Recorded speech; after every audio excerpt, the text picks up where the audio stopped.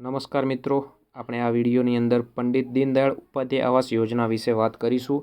આ યોજનાની અંતર્ગત તમને 1,70,000 રૂપિયા અત્યારે સહાય મળવાપાત્ર થાય છે। આ સહાય છે એ કોને મળશે, સાથે સાથે આ યોજનાનો હેતુ શું છે એ આપણે અહીંયા જોઈશું। લાભ કોને કોને મળે છે એ જોઈશું। આધાર પુરાવા શું છે આ યોજના માટે એ જોઈશું। કેટલો લાભ મળે છે એ જોઈશું। અરજી કઈ રીતે કરવી એ પણ અહીંયા જોઈશું। મિત્રો, આપણે ગુજરાત સરકારની એક આ મહત્વપૂર્ણ યોજના છે એના વિશે આપણે આજે જાણીશું। પંડિત દીનદયાળ ઉપાધ્યાય આવાસ યોજના આ યોજનાનું અહીંયા નામ છે। આ યોજના વિશે તમે સંપૂર્ણ માહિતી આપવામાં આવશે। જે લોકો ઘર વિહોણા છે, પરિવારો જે છે એ લોકોને નવું પાક્કું મકાન આપવા માટે આ સરકારની સહાય શરૂ કરવામાં આવી છે। એમાં ખાસ કરીને સામાજિક શૈક્ષણિક રીતે પછાત વર્ગ, આર્થિક રીતે નબળા વર્ગ, વિચરતી અને વિમુક્તિ જાતિના જે ઘર વિહોણા લોકો છે એ લોકોને નવું મકાન બનાવવા માટે સહાય આપવામાં આવે છે।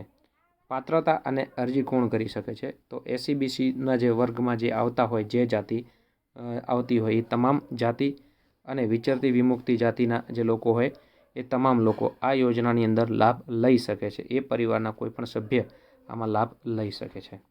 મિત્રો, આવક મર્યાદા કેટલી છે, તો આવક મર્યાદાની વાત કરીએ તો 6 લાખ રૂપિયા અત્યારે આવક મર્યાદા છે। 6 લાખથી વધારે આવક મર્યાદા હોય તો આ યોજનાની અંદર લાભ મળતો નથી। એટલે તમારે આવકનો દાખલો મેક્સિમમ 6 લાખ લિમિટવાળો અપલોડ કરવાનો રહેશે। ત્યારબાદ સહાયનું ધોરણ આપણે ચેક કરીએ તો આ યોજનાની અંદર તમને 1,70,000 રૂપિયા સરકાર દ્વારા સહાય આપવામાં આવે છે। એમાં કુલ 4 હપ્તામાં સહાય આપવામાં આવે છે। પ્રથમ હપ્તા પેટે તમને 30,000 રૂપિયા, બીજા હપ્તા પેટે 80,000, ત્રીજા હપ્તા પેટે 50,000 અને અંતિમ ચોથા હપ્તા પેટે તમને 10,000 રૂપિયા સહાય આપવામાં આવે છે। એમ કુલ મળીને 1,70,000 સહાય આપવામાં આવે છે। સાથે સાથે એનું બાંધકામ જે છે એ 2 વર્ષની અંદર પૂર્ણ કરવાનું રહેશે। 2 વર્ષની અંદર પૂર્ણ કરશો તો આ સહાય તમને મળવાપાત્ર થશે, અથવા 2 વર્ષ કરતાં વધારે સમય થઈ ગયો હોય તો તમને આ લાભ મળશે નહીં। 2 વર્ષની અંદર તમારા મકાનનું કામ પૂર્ણ કરવાનું રહેશે। એમાં શરતો શું છે, તો પોતાની જમીન કે પ્લોટ હોવો જોઈએ। સરકારે ફાળવેલ પ્લોટ પણ એમાં માન્ય રહેશે। કે જે લોકોને જમીન નથી તો એ લોકોને રીગ્રાન્ટ કરીને આપવી હોય, અથવા સરકારે કોઈ અન્ય જમીન આપવી હોય પ્લોટ ફાળવીને, ઘરધારના પ્લોટો ફાળવતી હોય છે સરકાર વિવિધ, એ રીતે તમને પ્લોટ ફાળ્યો હોય તો એ પ્લોટની અંદર તમે આ મકાન ઊભું કરી શકો છો। અન્યથા પ્લોટ વગર તમે આ સહાયમાં લાભ મેળવી શકતા નથી। તમારી પોતાની મિલકત અથવા જમીન હોવી જોઈએ તો જ આમાં સહાય મળે છે। આની અંદર જરૂરી આધાર પુરાવા કેટલા છે, તો અત્યારે મિત્રો કમ્પલસરી આધાર કાર્ડ છે, જાતિનું પ્રમાણપત્ર, જે ઓફિસર હોય છે એ ઓફિસર તમને જાતિનું પ્રમાણપત્ર આપે એ અપલોડ કરવાનું છે। આવકનું પ્રમાણપત્ર, જમીનના કાગળો જે 7/12/8 હોય છે, જે લોકો જે જમીન ધરાવે છે એ લોકોને 7/12/8 હશે।